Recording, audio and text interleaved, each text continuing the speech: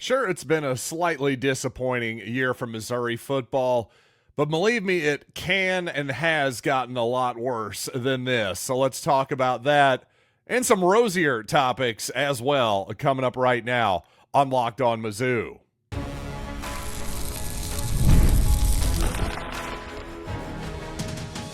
You are Locked On Mizzou, your daily podcast on the Missouri Tigers. Part of the Locked On Podcast Network, your team every day. Hey, all you true sons and daughters, I'm John Miller, your Mizzou mafioso and the central scrutinizer of Missouri Tigers football and basketball. And today's episode is brought to you by Game Time. Download the Game Time app, create an account, and use code LOCKEDONCollege for $20 off your first ticket purchase. And I know everyone around these parts is on Dennis Gates, including me for sure, on his rotations and their haphazard nature, no doubt. But I want to defend him a little bit later in the program. And coming up soon, I'm going to ask the question, should Luther Burden be a part of Senior Day here in a couple weeks? But what I really want to focus on here at the start of the program is putting this season into context, because if you're going to ask me if this is a disappointing season so far for Missouri, well, since the Tigers are going to fall short of the college football playoff, I have to say it's at least been slightly disappointing based on those lofty preseason expectations. I predicted this was going to be an 11-1 team before the season. Obviously, we're going to come up short of that. But believe me, for the people who say that, well, it doesn't get any more disappointing than that when the college football playoff is your goal and you've been eliminated from it with 3 weeks left in the season, really with 2 games left in the season, I should say, I'm just telling you, it gets a lot worse than this. I go all the way back to 2004, I would say. For me, is still my personal most disappointing Missouri season of all time. I was such a huge Brad Smith fan at the time, and still am, but after Missouri had became bowl eligible in 2003, just having that big step back season, going 5-6, I believe that season definitely did not make a bowl that season. Brad was famously made into a pocket passer that year. Did not work out well whatsoever. Fortunately, the Tigers and Smith did a lot better in 2005, and a heck of a lot better times were to come for Gary Pinkel and his program. Of course, 2015, however, well, that was pretty horrible on a lot of different levels. But on the football field, 2013 and 14, coming off of 2 SEC East titles, there were very high expectations, but for a number of different reasons, that Missouri offense in particular just could never find its footing, which seems to be a common theme with all of the most disappointing seasons in Missouri history. Usually when the offense is good enough, when you have a good enough quarterback, things tend to work out okay, and I would even include that with this season. However, that was not the case even as recently as 2019, as that season, well, again, another 11-1 prediction by yours truly that came up way short. You think we're going to come up short this season? 2019 was not pretty for that Missouri offense whatsoever, getting off to a rather rough start with a loss to Wyoming in Laramie that season. But to me, this 2024 season, probably its biggest problem was having to follow the magic that was the 2023 Mizzou football season. But regardless of what you think, this is going to be the end of an era. And while obviously a bunch of important players from the said era, like Cody Schrader, Ennis Rakestraw, Darius Robinson, for example, among many others, left the team last season, with Brady Cook and Luther Burden moving on, and just a huge percentage of this roster exhausting their eligibility, and some others who may go on early to the NFL. Who knows what could happen in the transfer portal, of course, as well. I think it's important to just sit back and enjoy these last 2 games, plus the inevitable bowl game, while they last. I really do. Now, who plays in said bowl game? That's going to be a huge question. Might depend somewhat for a lot of these guys on what happens in these last two ball games. If Missouri ends the season with a thud going 0-2, for example, well, the bowl game's going to look a lot different, and the season is going to look a heck of a lot different too. So if Missouri indeed is able to win these last two games and secure at least a solid bowl appearance, I have to admit I have to at least be a little bit happy with this season. Maybe I'm just an optimistic Pollyanna. Sue me. I don't know what to tell you. And by the way, speaking of that bowl game, I think you got to bet pretty strongly against Luther Burden III being part of said bowl game. So in my opinion, I'd love to see Luther Burden get a nice send-off on senior day. And while obviously he's not a senior, he's not even a redshirt junior, he hasn't even been here 4 years, for example. This is just 3 years on campus here for Burden. I say that he should be able to walk with the seniors, maybe just as a special, the first guy out of the tunnel, he gets his own special thing, and then the seniors actually get to walk and have their moment as the main event. But when you really think about it, I know this breaks from tradition, to be sure, but there will be guys who walk during that ceremony who played just one season at Missouri. And that's fine, by the way. Those guys deserve to have their senior day moment too. I just think Luther Burden III, for what he's meant to this program, for what a clutch player he's been in Missouri history, I just think he deserves that little moment there. If he wants it anyway, maybe that's something he's not even interested in. Obviously, I wouldn't force him out there if he doesn't want that type of deal and doesn't want to take any shine off. But again, my thing would be have him be the curtain jerker, have him be the first guy out there, and then we can have the seniors take the stage. That's just my personal idea. And if you're being objective, really the end of the South Carolina game was in so many ways every bit as entertaining as the end of the Oklahoma game, except, well, if you're a Missouri fan or an Oklahoma fan or a South Carolina fan, hey, there's a little bit of a difference there. It all depends on your perspective.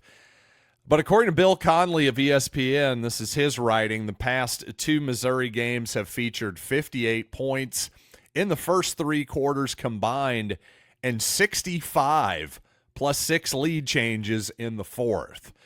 The Tigers had won 9 straight one-score games. However, that streak was bound to end at some point. So my message to Disney executives, once again, with Moana 2 about to come out soon, what can I say except you're welcome? The Tigers, to me, have been the most fun team to watch in the SEC for the past 2 seasons. Just incredible television time and time again. And even in 2022, a lot of close, entertaining games that unfortunately went against the Tigers that year. And by the way, speaking of some tough finishes, obviously, well, the Gamecocks have been on the wrong side of the Missouri Tigers for the entirety of the Shane Beamer era, at least until this past Saturday. So I know it was easy, and I even made some snide remarks to my friends as well about Shane Beamer taking the Gatorade bath after beating Missouri. But to be honest with you, it's hard to really hate on it. The Gatorade bath was fine. With that kind of exciting finish, it was an incredible game. It was a really exciting atmosphere.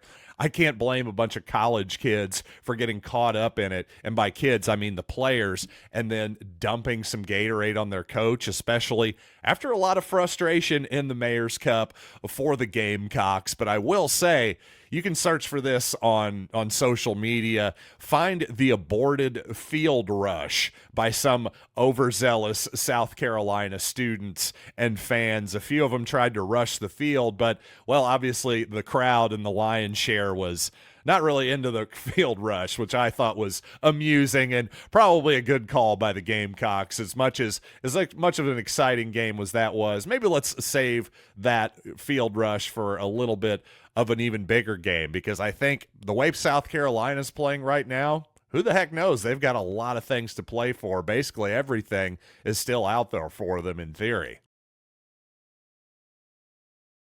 And while a lot of Missouri fans were understandably upset with the officiating in the South Carolina game, my biggest frustration is once again with just instant replay itself and how it's implemented, especially at the college level. There really just seems to be no rhyme or reason as to why anything is reviewed. So let's talk about that and more notes from that exciting Missouri football game that I was lucky enough to see in person.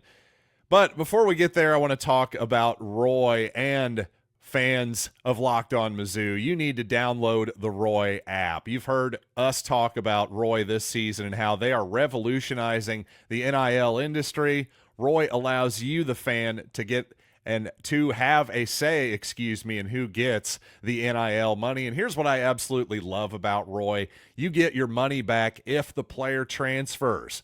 Roy is genuinely helping keep our team intact, and it's actually good for the game long term. You can show your support for Luther Burden, by the way. That's who I'm going with this week for obvious reasons, by depositing a little appreciation onto that player's account. To do that, just download the Roy app and you can see what the logo looks like if you're watching on YouTube, by the way, or go to joinroy.com. Now let's spotlight the Roy Locked On Player of the Week. It is Luther Burden III, that amazing one-handed catch down the sidelines on fourth down. Not only kept Missouri in the game, looked like it was going to maybe win the game there for a minute. Oh, well. What all I know is it was an incredible play regardless, and I'm going to throw some money into his account on Roy. Every contribution counts.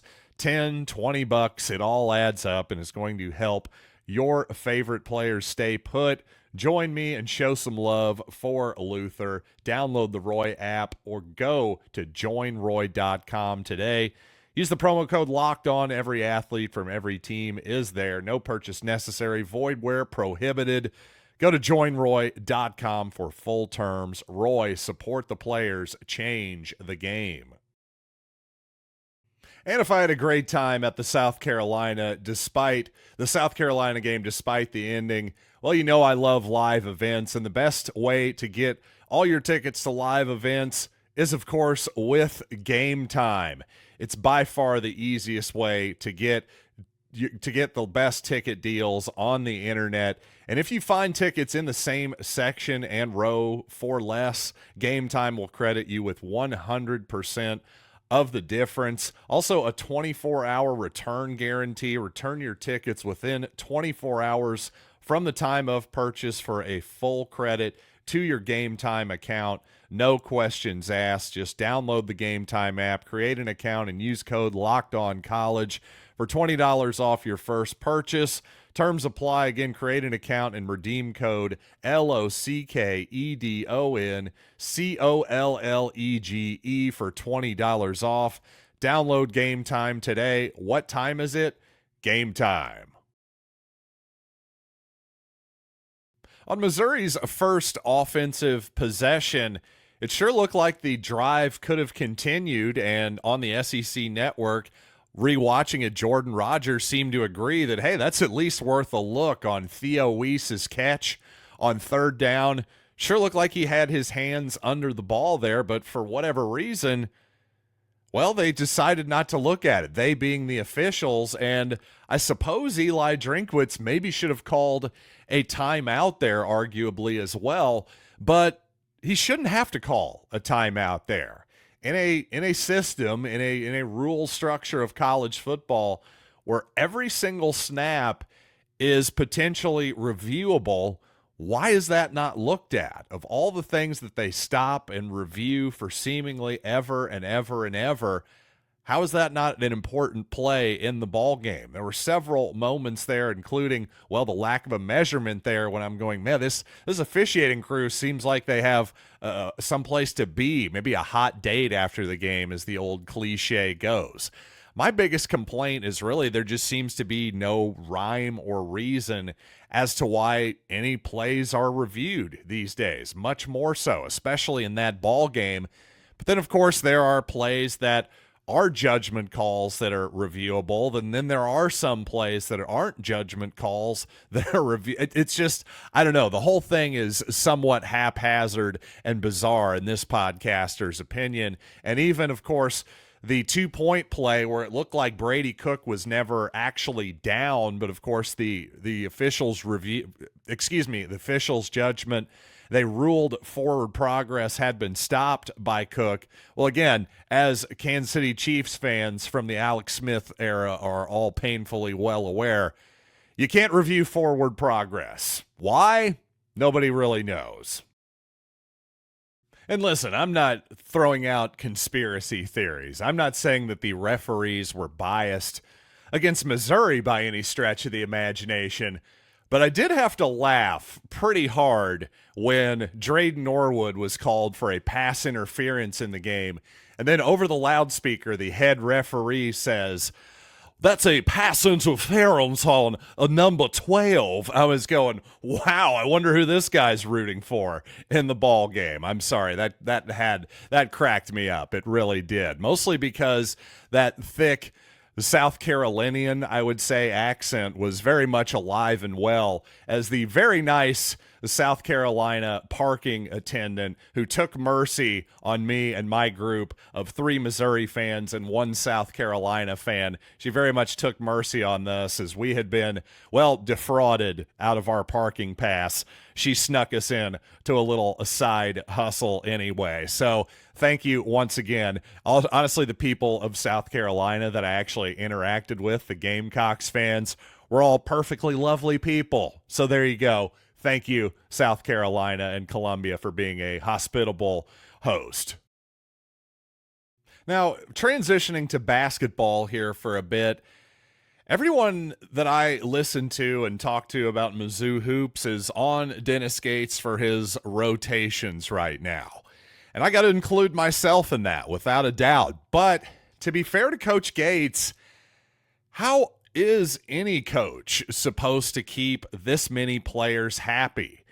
Because in recent years, rosters have not exactly expanded, I suppose, but, well, I suppose they have expanded, both in terms of the number of guys you can have on the roster and the amount of scholarship caliber players that you have on your roster. A lot of walk-on spots, or spots that used to be walk-on spots, are now guys that, hey, you can either have them on scholarship or not, but with the NIL world, guess what? They're making a heck of a lot more money than guys who were on full scholarship did as recently as just a few years ago. So my point is that while Missouri has 18 guys dress out for most basketball games, if everybody is healthy, including Trent Burns, who's been out early with an illness, well, 3 of those guys are walk-ons, so obviously 15 of those guys are scholarship players. Compare that to the NBA, where you have 15 guys on your active roster, but only 12 of them actually dress for a game, or actually active for any single regular season basketball game. That's a lot more manageable. I'm just not sure how, if you have 15 guys on your roster, I'd say at least 12 or 13 of them feel like they should be playing. That's just a really tough thing to manage. And I'll just be fair to Gates and say it's okay for him to be experimenting with rosters at this point in the season, with rotations, with roles, with all kinds of different combinations. But I do think at a certain point, when it comes to December, when it comes to January, by the time the SEC rolls around, if he doesn't have it down to maybe 10 guys at most, I'd say realistically more like 8 or 9, I just don't think that's ever going to work out. And especially if the goal is not to play at warp speed. If the goal is not to make the game as quick as possible, I'm not really sure what the advantage of playing more than 9 or 10 guys is, for example. So I both agree with the conventional wisdom here, but I want to give Dennis Gates enough time here and give him the benefit of the doubt. There's some experimentation happening here that eventually he's going to figure out what works for this particular team and pare it down a little bit. The problem is you're inevitably going to have some hurt feelings and some guys probably entering the portal. But heck, I guess that's just modern college basketball, and maybe all of us have to get used to it. Now, if this large group of scholarship caliber players doesn't work out as well for Dennis Gates this season as he would have hoped, I do think there may be a lesson moving forward on how to manage his resources better. So let's talk about that and more hoops and football coming up here in just a little bit. But I love a great deal, but at the same time, I'm not willing to take on Armand Mimbu 5 yards down the field just to save a few bucks. It's got to be easy. No hoops, no BS. So when Mint Mobile said it was easy to get wireless for $15 a month with the purchase of a 3-month plan, well, I called them on it. Turns out it really is that easy to get wireless for $15 a month. The longest part of the process was the time I spent on hold waiting to break up with my old provider. To get this new customer offer and your new 3-month premium wireless plan for just $15 a month, go to mintmobile.com/lockedoncollege. That's mintmobile.com/lockedoncollege. Cut your wireless bill to $15 a month at mintmobile.com/lockedoncollege. $45 upfront payment required, equivalent of $15 a month. New customers on first 3-month plan only. Speeds slower above 40 gigabytes on unlimited plan. Additional taxes, fees, and restrictions apply. See Mint Mobile for details. So after an 0-19 season in the SEC last year, I think there's a couple obvious reasons to give a benefit of the doubt to Dennis Gates. Number one, obviously his first year here at Missouri.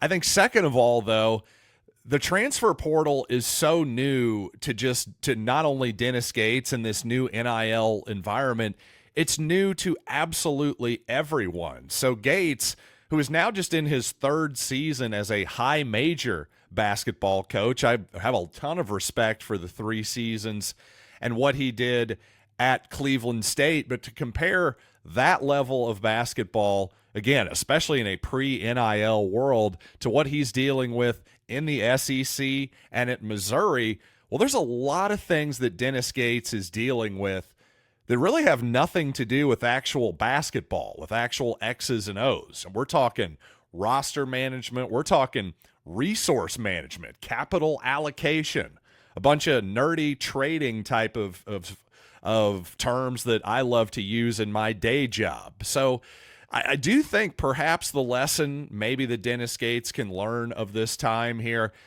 if indeed this season plays out, I'm kind of thinking it will in some ways, perhaps the lesson is maybe spend more resources and capital money, to put it more simply, on a core group of guys, maybe 5 or 6 guys in a cycle, for example, versus spreading it around, especially to, again, 15, I would say, scholarship caliber players currently on this Missouri basketball roster.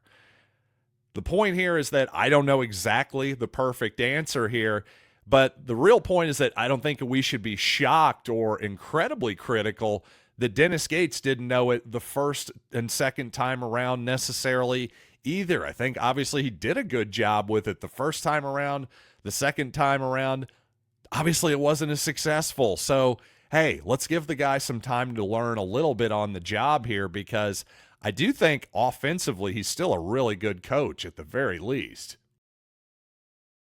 And just as an example of Dennis Gates and his type of philosophy offensively, I think we align in a lot of ways. And I see it when he's talking about Caleb Grill and what it's going to take for him to be a more consistent player. Really, Dennis Gates basically took the words out of my mouth from last week's podcasts about Caleb Grill and about his game in particular. Gates said, quote, "I think being in the right place, not putting pressure on himself to make home runs, not getting down or distracted because of hiccups or blown coverages. I think Caleb wants to become a big hero, but it doesn't have to happen on every single possession. So that's basically what I've been saying about Grill. Obviously, he played a great ball game the other night when he had, 32, 33 points and 9 rebounds, hit 8 out of 10 threes. But it wasn't just the production, it was how he got there.